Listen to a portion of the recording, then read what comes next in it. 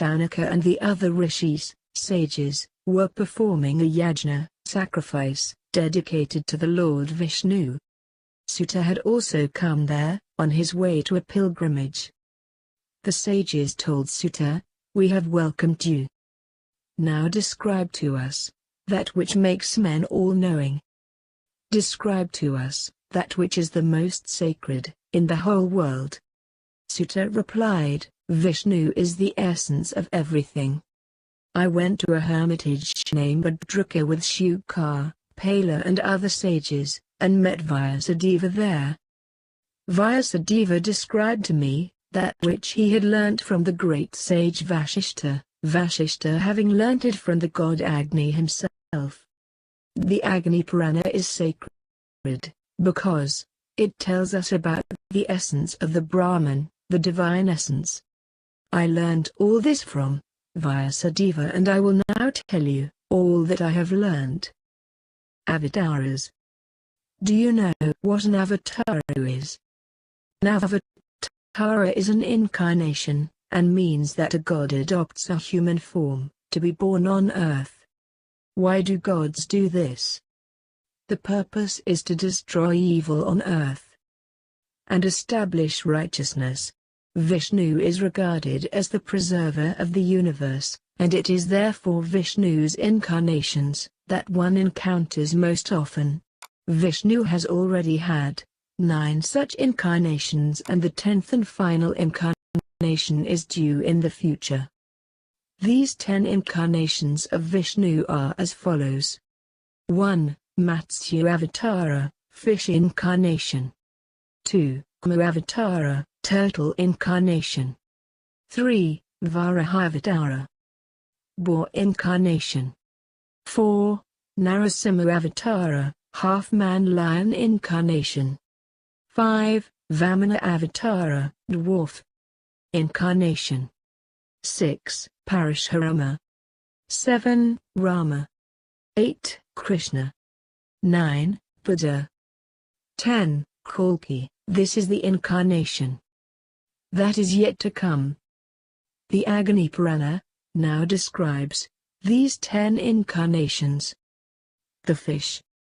Agni told Vashishta the story of the fish incarnation. Many years ago, the whole world was destroyed. The destruction, in fact, extended to all the 3 lokas, worlds, of Bhuloka, Bhuvaloka and Svaloka. Bhuloka is the earth, Svaloka or Svarga is heaven, and Bhuvaloka is a region between the earth and heaven. All the 3 worlds were flooded with water. Vaivasvata Manu was the son of the sun god. He had spent 10,000 years in prayers and tapasya, meditation, in the hermitage Bhadraka. This hermitage was on the banks of the river Kritamala. Once Manu came to the river to perform his ablutions. He immersed his hands in the water to get some water for his ablutions. When he raised them, he found that there was a small fish swimming in the water, in the cup of his hands. Manu was about to throw the fish back into the water, when the fish said, "Don't throw me back. I am scared of alligators and crocodiles and big fishes. Save me." Manu found an earthen pot, in which he could keep the fish.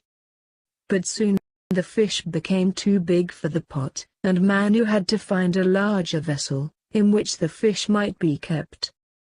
But the fish became too big for this vessel as well, and Manu had to transfer the fish to a lake. But the fish grew and became too large for the lake. So Manu transferred the fish to the ocean. In the ocean, the fish grew until it became gigantic. By now, Manu's wonder knew no bounds. He said, "Who are you?" "You must be the Lord Vishnu. I bow down before you.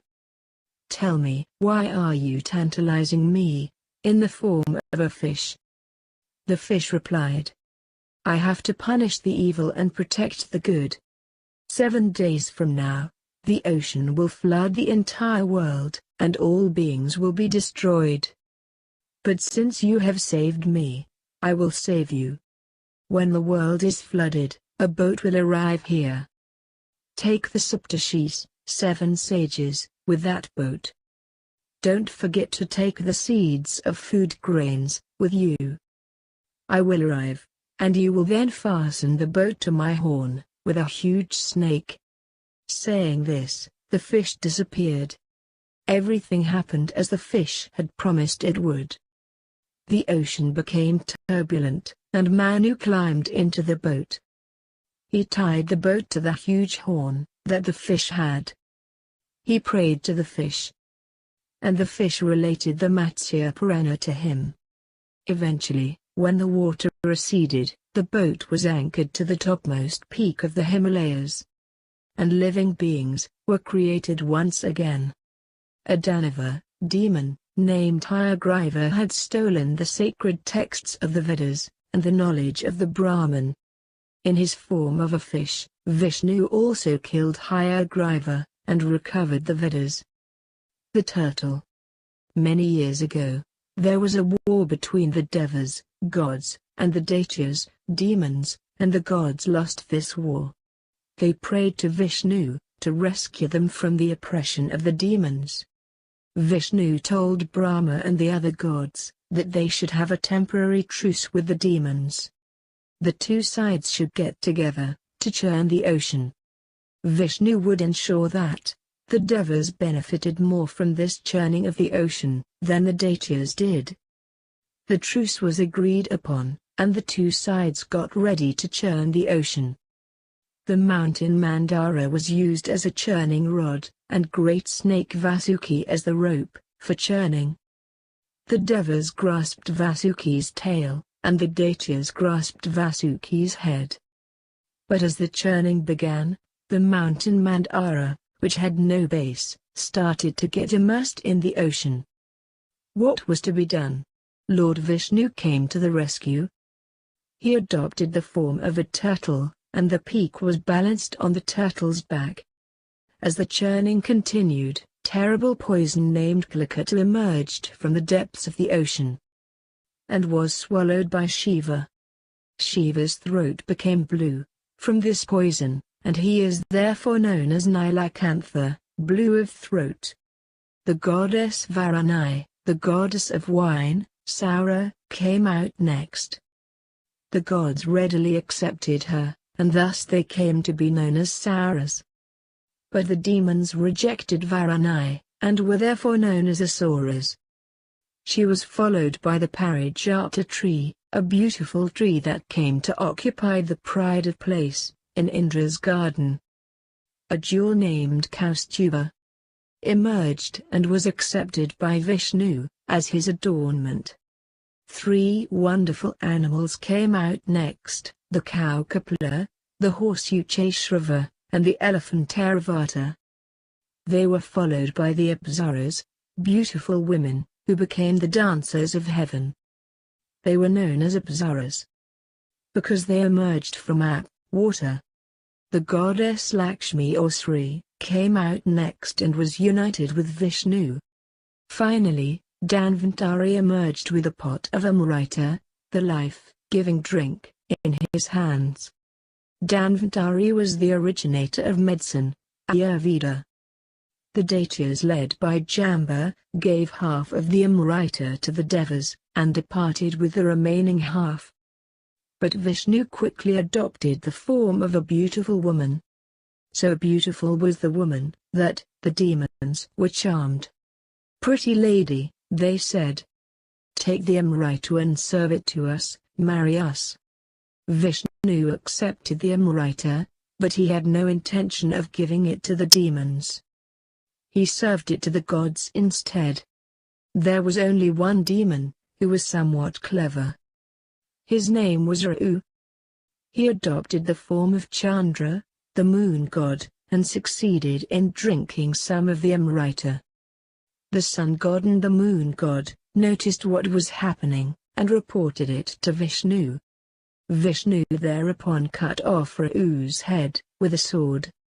But Rau had drunk the Amrita, so he could not die. He prayed to Vishnu, and Vishnu granted him a boon.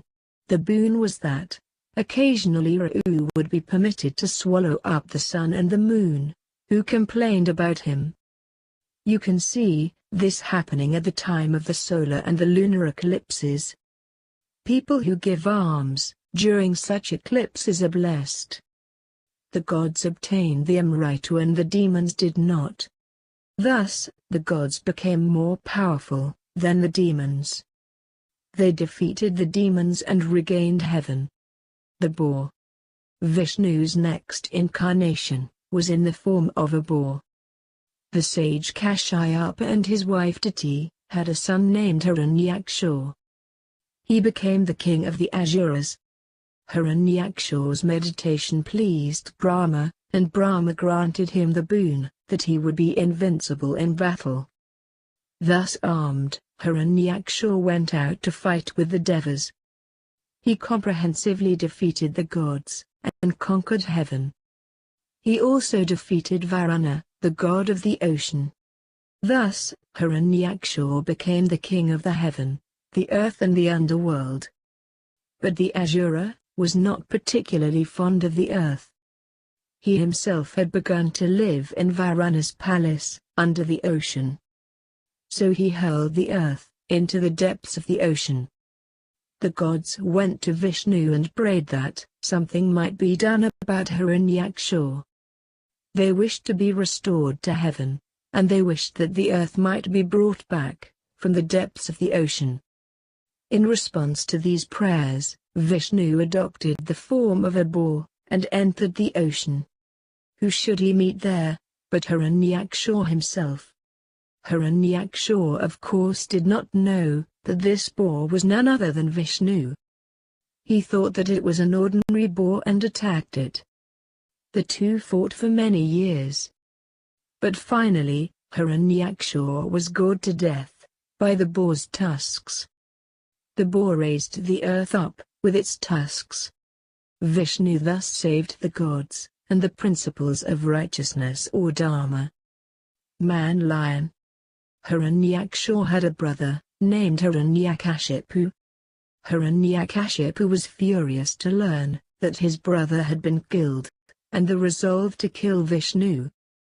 But this could not be done unless he himself became powerful and invincible. Hiranyakashipu, therefore, began to pray to Brahma. Through difficult meditation, Brahma was pleased at these prayers, and offered to grant a boon. "I want to be invincible," said Hiranyakashipu. "Please grant me the boon, that I may not be killed during night or day, that I may not be killed by man or beast, and that I may not be killed in the sky, the water or the earth." Brahma granted the desired boon. And Hiranyakashipu was happy. He thought that he had taken care of all possible eventualities. And since he had become so powerful, he conquered all the three worlds, and kicked the gods out of heaven. Hiranyakashipu had a son, named Prahlada. You, no doubt remember that Hiranyakashipu had resolved to kill Vishnu. But strangely enough, Prahlada became devoted to Vishnu. Hiranyakashipu tried to persuade his son. That did not work. He tried to kill his son. That too did not work, since each time, Vishnu intervened to save Prahlada. Meanwhile, the gods had been driven off from heaven. They had also been deprived of their shares in yajnas by Hiranyakashipu. These shares now went only to the Asura king. In desperation, they went and prayed to Vishnu, and Vishnu promised them that he would find a solution. One day, Hiranyakashipu called Prahlada to him. "How is it that you escaped each time I tried to kill you?" he asked. "Because Vishnu saved me," replied Prahlada. "Vishnu is everywhere." "What do you mean everywhere?" retorted Hiranyakashipu. He pointed to a crystal pillar inside the palace and asked, "Is Vishnu inside this pillar as well?" "Yes," replied Prahlada. "Very well then. I am going to kick the pillar," said Hiranyakashipu. When Hiranyakashipu kicked the pillar, it broke into two. And from inside the pillar, Vishnu emerged, in his form of half man and half lion. He caught hold of Hiranyakashipu, and placed the demon across his thighs. And with his claws, he tore apart the demon's chest, and killed him. Brahma's boon had been that Hiranyakashipu would not be killed by man or beast. But then Narasimha was neither man nor beast, it was half man and half beast. The boon had assured that the Asura would not be killed in the sky, water or earth. But Hiranyakashipu was killed on Vishnu's thighs, which was not sky, water or earth.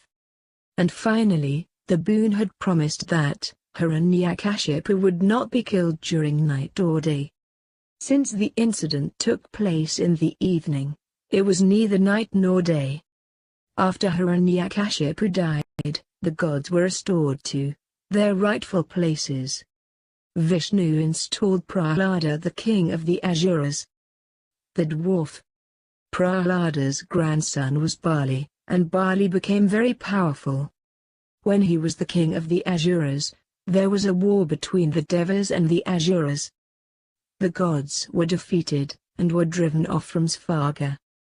As always, the gods fled to Vishnu, and began to pray to him to save them. Vishnu assured the gods that he would do something about Pali. Accordingly, Vishnu was born as the son of Aditi and Kashyapa. The son was a dwarf. King Pali had arranged for a huge sacrifice, and had announced that, on the occasion of the sacrifice, he would not refuse anyone a boon. The dwarf arrived at this sacrifice site, and began to recite the Vedas. Pali was so pleased at this, that he offered the dwarf a boon. Pali's guru, teacher, was Shukracharya, who thought that there was something fishy about the way the dwarf had arrived. So he tried to restrain Pali. "No," said Pali. "I have offered a boon, and I shall stick to my word. What boon do you desire? I will give whatever you want." Before a boon was actually granted, a small rite had to be performed with holy water. Shukracharya was still trying to do his best to prevent the boon from being given. So he entered the vessel in which the holy water was kept, to seal the mouth of the vessel and prevent the water from being taken out. To get at the holy water, the vessel was pierced with a straw. This straw also pierced one of Shukracharya's eyes. Ever since that day, the preceptor of the demons has been one-eyed. "Give me as much of land as may be covered, in 3 of my steps," said the dwarf. "I need this as dakshina, fee, for my guru." Pali agreed. But the dwarf adopted a gigantic form. With 1 step he covered the Bhuloka. With another step he covered the Bhuvaloka. And with the last step he covered the Svarloka. The 3 worlds were thus lost to Pali, and Vishnu returned them to Indra. Pali had no option but to go down to the underworld, Paitala. But, so pleased was Vishnu at Pali's generosity that he granted the Asura the boon, that he would bear the title of Indra in the future. Parashurama. The Kshatriyas were the second of the 4 classes. It was their job to wear arms and protect the world, and rule. The Brahmanas were the first of the 4 classes. It was their job to pray, study the sacred texts, and perform religious rites. But the Kshatriyas became very insolent and began to oppress the world and the Brahmanas. Vishnu was then born as the son of the sage Jamadani and his wife Renuka. Since this was the line of the sage Bhrigu, Parashurama was also called Bhargava. Parashurama's mission was to protect the Brahmanas, and teach a lesson to their Kshatriyas. There was a king named Karthavirya, who had received all sorts of boons from the sage Dattatreya. Thanks to these boons, Karthavirya had 1,000 arms, and conquered and ruled over the entire world.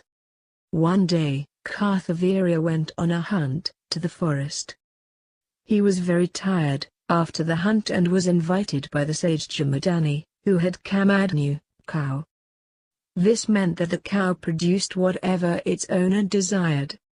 Jamadagni used the Kamadagni to treat Karthavirya and all his soldiers to a sumptuous feast. Karthavirya was so enamored of the Kamadagni that he asked the sage to give it to him. But Jamadagni refused. Karthavirya then abducted the cow by force, and a war started between Karthavirya and Parashurama. In this war, Parashurama cut off Karthavirya's head with his axe, Parashu, and brought Kamadagni back to the hermitage. After some time, Parashurama was away, when Karthavirya's sons arrived at the ashrama and killed Jamadagni. On the death of his father, Parashurama's anger doubled. He killed all the Kshatriyas in the world, 21 times. On the plains of Kurukshetra, he built 5 wells, which were filled with the blood of Kshatriyas. Eventually, Parashurama handed over the world to Kashyapa and went and lived on Mount Mahendra. Brahma came out of Vishnu's navel.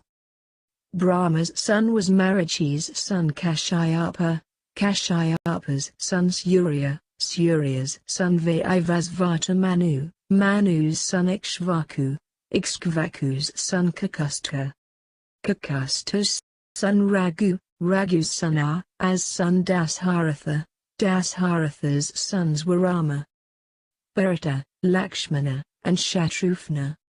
Since Rama was descended from Kakustha and Raghu, he was also called Kakustha and Raghava. Since his father's name was Dasharatha, he was also called Dasharati. Rama's story belongs to the solar line, Surya Vanchur, since one of his ancestors was Surya.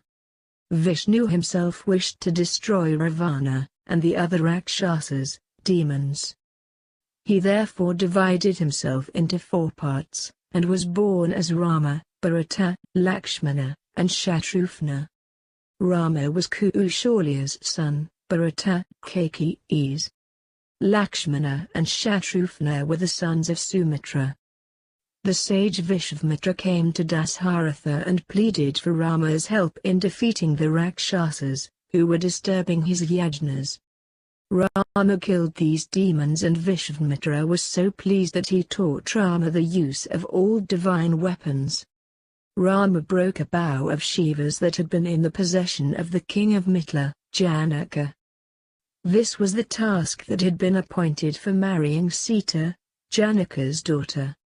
Rama married Sita, Lakshmana married Urmila, Bharata married Mandavi, and Shatrughna married Shrutakirti. On the way back to Ayodhya, Rama also beat Parashurama in a duel. Dasharatha resolved that Rama should be made Yuvara, that is, the heir apparent to the kingdom. But Kaikeyi had a servant named Manthara, who plotted otherwise. When he was young, Rama had pulled at Manthara's feet, and ever since that day, Manthara had not been kindly towards Rama. She reminded Kaikeyi of the 2 boons that had been promised to her by King Dasharatha.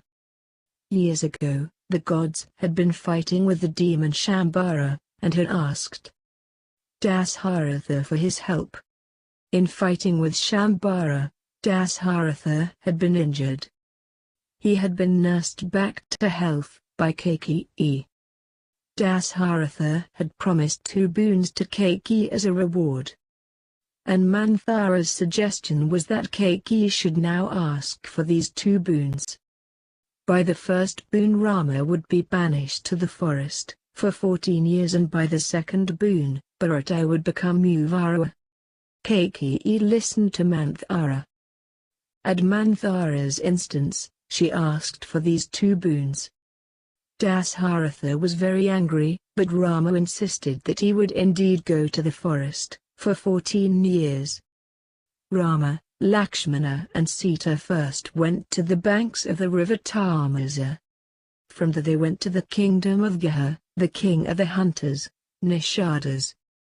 They crossed the river Jahnavi, and arrived in Prayaga, where the sage Bharadvaja had his hermitage. Their final destination was the mountain range of Chitrakuta, on the banks of the river Mandakini. Meanwhile, back home in Ayodhya, King Dasharatha, who could not bear to be parted from Rama, died. Bharata and Shatrughna had gone on a visit to their uncle's house, and were recalled. But Bharata refused to be the king. He went to the forest to try and persuade Rama to return, but Rama insisted that he would not return before the 14 years were over. So Bharata brought back Rama's sandals. He placed these sandals on the throne as a token of Rama's kingship. And he began to rule the kingdom in Rama's name from Nandigram, rather than from Ayodhya. Rama, Lakshmana and Sita then went to the forest, that is known as the Dandaka Forest. Dandakaranya. This forest was on the banks of the river Godavari, and there was a beautiful grove inside the forest known as Panchavati. They built a hut there and resolved to live there. There was a Rakshasa woman, named Shubhanaka. She happened to come to the place where Rama, Lakshmana and Sita had built their hut. Shubhanaka liked Rama so much that she wanted to marry Rama, and eat up Lakshmana and Sita. But Lakshmana cut off Shubhanaka's nose and ears with his sword. Shubhanaka fled to brother Kara, and demanded revenge. Kara and 14,000 other demons, Rakshasas, attacked Rama, but they were all killed by Rama. Shubhanaka then went to her other brother Ravana, the king of Lanka. Ravana asked the Rakshasa Maricha to adopt the form of a golden deer, and roam around in front of Rama's hut. Sita was so charmed by the deer, that she asked Rama to capture it for her. Rama was long in returning and Lakshmana went to look for him. Taking advantage of Rama and Lakshmana's absence, Ravana kidnapped Sita. Jatayu, the king of the birds, did try to stop Ravana, but he met his death at Ravana's hands. Rama and Lakshmana were greatly distressed to find Sita missing, and they looked for her everywhere. Rama made friends with the monkey Sugriva. He killed Sugriva's brother Pali, and made Sugriva the king of monkeys. The monkeys were sent off, in all the 4 directions to look for Sita.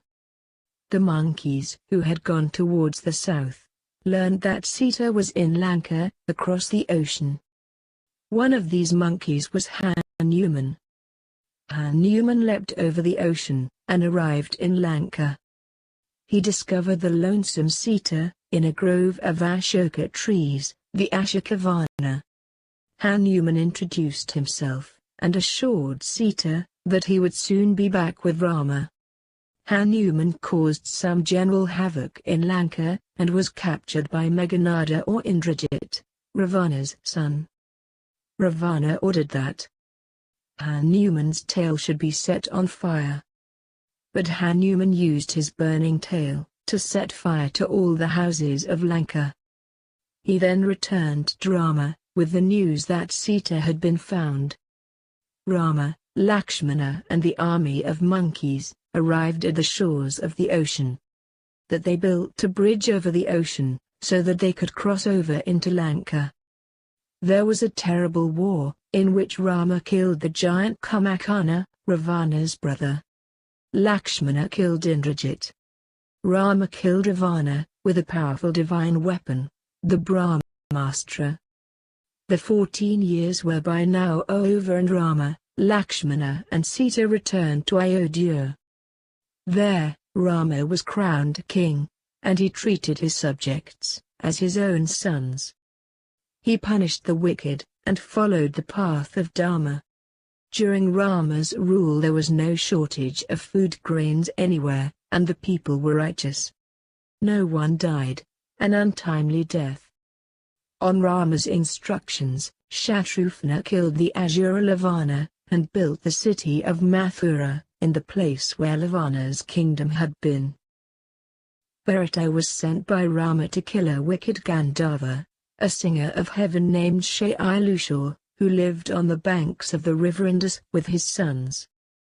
Bharata killed them, and built 2 cities there, Takshashila and Yushkaravati. In Takshashila, Bharata established his son Ataksha as king, and in Pushkaravati he made his son Pushkara the king. Rama and Sita had 2 sons, named Kausha and Lava. Rama ruled for 11,000 years before he died. This is the story of the Ramayana, as recounted in the Agni Purana. It was written by the sage Valmiki, after he had heard the story from the sage Narada. Rama was the 7th avatara of Vishnu. Krishna was the 8th. Bhagavan.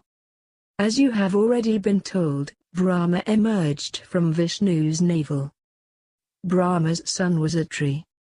Atri's son Soma, Soma's son Purariva, Purariva's son Ayu, Ayu's son Nahusha, and Nahusha's son Yayati. Yayati had 2 wives, Devayani and Shamishta. Devayani had 2 sons, Yadu and Turvasu. And Shamishta had 3 sons, Draya, Anu, and Puru. The descendants of Yadu were known as the Yadavas. Vasudeva was a Yadava. His wife was Devaki. Vishnu was born as the 8th son of Vasudeva and Devaki, in order to remove the wicked from the world. The 7th son of Vasudeva and Devaki was Baladeva. And the 8th son was Krishna himself. Krishna was born in the month of Bhadra, in the thick of the night. Scared that the wicked Kakamsa might kill the newly born child, Vasudeva left him with Yashoda, the wife of Nanda. Nanda was the king of the cowherds, and he brought up Baladeva and Krishna. Kamsa sent a Rakshasa woman named Putana to kill Krishna, but Krishna killed her instead. In Vrindavana, Krishna subdued the terrible snake, known as Kaliyur. He killed several other Rakshasas, named Arishta, Vrishabha, Keshi, Dhenuka, and Gardhabha, and made the country safe from the attacks of these demons. He also stopped the worship of Indra. This led to a fight between Indra and Krishna. Indra tried to destroy the inhabitants of Gokula by sending down torrents of rain. But Krishna held aloft the mountain Govardhana and saved the inhabitants of Gokula. Kamsa's capital was in Mathura. Baladeva and Krishna went there. Kamsa let loose a mad elephant, named Kivalayapida, on Krishna. But Krishna killed Kivalayapida. Baladeva and Krishna also killed 2 strong wrestlers, Chanura and Mushtaka, whom Kamsa had instructed to kill Baladeva and Krishna. Finally, Krishna killed Kamsa, and made Ugrasena the king. Kamsa was Jarasanda's son-in-law, and Jarasandha became furious when he learnt of Kamsa's death. He attacked the Yadavas, and laid siege to the city of Mathura. After a prolonged war, Krishna managed to defeat Jarasandha. Krishna also defeated another evil king, named Paundraka. On Krishna's instructions, the Yadavas built the beautiful city of Dvaraka or Dvaravati. The Yadavas began to live in Dvaraka. There was an Asura named Naraka, who was killed by Krishna. Naraka had imprisoned 16,000 daughters of the Devas, Gandharvas and Yakshas, gods of heaven's treasury. These women were freed by Krishna, and Krishna married all of them. Amongst Krishna's other exploits were defeating the Daitya, Panchajana, killing Kalayavana, seizing the Parijata tree from Indra, and bringing back to life the sage Sandapani's dead son. Krishna had several sons. Shamba was born of Krishna's wife Jambavati, and Pradyumna was born of Krishna's wife Rukmani. As soon as Pradyumna was born, he was abducted by the Asura Shambhara. Shambhara threw the baby into the sea, but a fish swallowed the baby. A fisherman caught the fish, and brought it to Shambhara's house. When the fish's stomach was cut open, the baby came out. There was a woman named Mayavati who lived in Shambhara's house, and Shambhara handed over baby Pradyumna to Mayavati, so that he might be brought up well. When he grew up, Pradyumna killed Shambhara and married Mayavati. They returned to Dvaraka, and Krishna was very happy to see his lost son. Pradyumna and Mayavati had a son, named Anuruddha. Anuruddha secretly married Oashur, the daughter of King Varuna, Varuna himself being the son of Pali. Varuna's capital was in a city named Shonitapura. Varuna had pleased Shiva, through hard and difficult tapasya, so that, sometimes he was called the son of Shiva. Varuna loved to fight, and he had wanted a boon from Shiva, that he might get the chance to fight with someone, who was his equal in battle. A flag with a peacock on it, used to fly from the ramparts of Varuna's palace. Shiva told him, the day this flag fell down, Varuna's desire to fight with an equal would be satisfied. With the help of a friend of Oashur, Anuruddha and Oashur used to meet secretly in Varuna's palace. Varuna's guards informed him about this, and there was a fierce battle between Varuna and Anuruddha. At the same time, the flag with the peacock on it fell down. Krishna got to know from Narada about the fight between Varuna and Anuruddha, and he, Baladeva and Pradyumna arrived in Varuna's capital. Shiva came to fight on Varuna's side, accompanied by Nandi and Skanda or Kartikeya. But after a duel, that lasted for a long time, Krishna triumphed over these enemies. Krishna's arrows also cut off the 1,000 arms that Varuna had. But at Shiva's request, Krishna spared Varuna's life and gave 2 arms with which to make do. All of these stories about Krishna are related in detail in the Ṭæɡni. The Agni Purana merely gives a brief summary of the Ṭæɡni. But stories about Krishna, the 8th avatar of Vishnu, also crop up in the Mahabharata. The Agni Purana, therefore, next summarizes the Mahabharata.